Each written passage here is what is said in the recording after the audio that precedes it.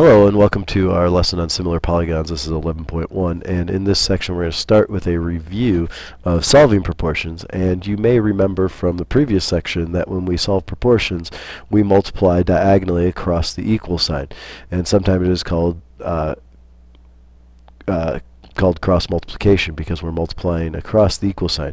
But remember that all of this is just to undo the problem. So if all else fails and you don't remember this, if you don't remember cross multiplication in this case, you can solve it algebraically and it'll still work out for you. So the first thing that I would do is I would multiply 8 times x, and the second thing then I would multiply 4 times 20, and so that would give me 80 for that. And then if I solve for x, I'm going to divide by 8 on both sides, and that gives me x equals 10. So 4 to 10 is the same as 8 to 20 as our proportions go. So just remember, if we start back with the original problem, that if you don't remember the cross product property, do what you would do normally for algebra. Since I'm dividing by x, I'm going to multiply both sides by x, and then I'll have these guys cancel out, so 4 will equal 8 over 20 times x, and since x is being multiplied by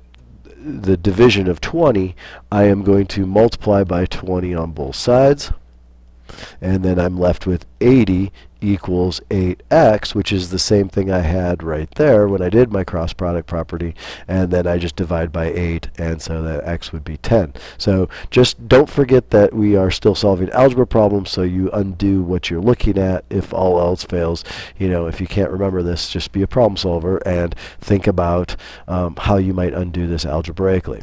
So then how does this apply to what we're doing here? Well, triangles and any other polygons, if are similar if their corresponding sides are in the same proportion.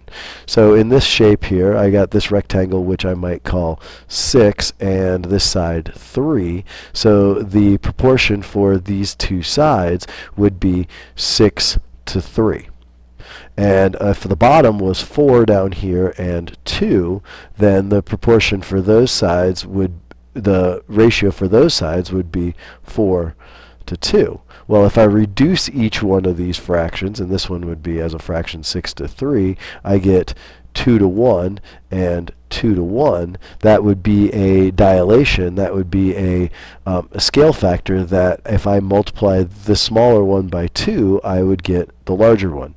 Now remember that scale factor that we're talking about is what are we multiplying by to turn the smaller one into the larger one.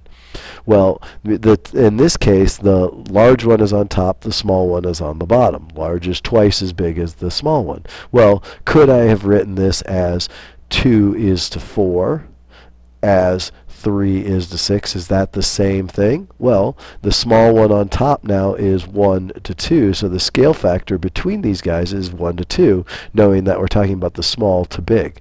But either way, in this case, we are getting the same thing. So we will, when we do this in class, scale factor will kind of depend on what order we want the shapes in. Like, are we going large to small or small to large? Because 2 to 1 is large to small. That's the 2 to 1 ratio scale factor. But if I went small to large, then the scale factor is 1 to 2. So it's going to depend on what we ask for. So now we have this dilation down here that we have a scale factor between these two shapes, and that's the first thing we want to deal with, or we could set it up as a proportion to solve it. So if I was setting it up as a proportion, I might say like the slanted side here over the base would be something like 5 to 4 is equal to, well, the slanted side in this case would be x to 2. Well, if I cross multiply these, I'm going to get 4x equals 10, and dividing by 4 on both sides,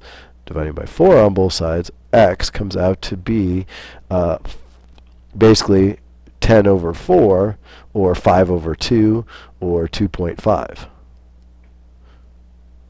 Or 2.5. So it just kind of depends on how you want your answer. 2.5 is okay. That should make sense, that if I'm using kind of a scale factor, if you notice that between the 4 and the 2, between the 4 and the 2, I'm either dividing by 2 to go from 4 to 2, or I'm multiplying by 2 to go from 2 to 4. And the same thing happens with the 5 and the 2.5. Could I have written this proportion differently and still gotten the same answer? I probably could have.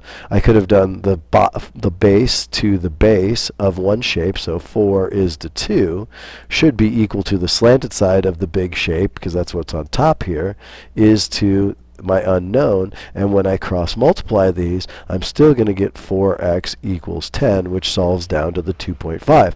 So just know that when you're setting these up, you need to set them up in a way that makes sense to you.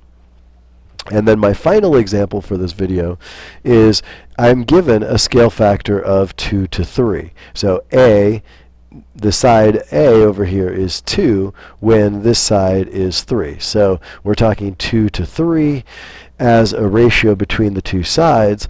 So then that would mean that 12 is 3 times the double of the other side. So I'm going to call this side x. That's my unknown.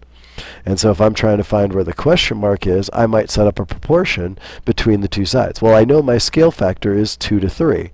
2 to 3, small to big, A to B. So I'm going to use this as A to B. And then 2 to 3 would match up with x to 12. Now if I cross multiply these to undo this problem, I'm going to get 3x equals 24. And when I divide by 3, I get 8. And so that would be the length of this side up here. And does that make sense? Well, if I do 8 over 12 and reduce it, when that would be A to B, I should reduce that and get a ratio of 2 to 3, which is the scale factor. So that's kind of what we're talking about when we're dealing with these things, is that the scale factor is the reduction of all fractions in any shape. They should always reduce to be the same number every time. That's the scale factor, and that's the dilation, that's the multiplier that we're using. So if you have any questions, please feel free to come to class to ask them, and we will talk more about this in class.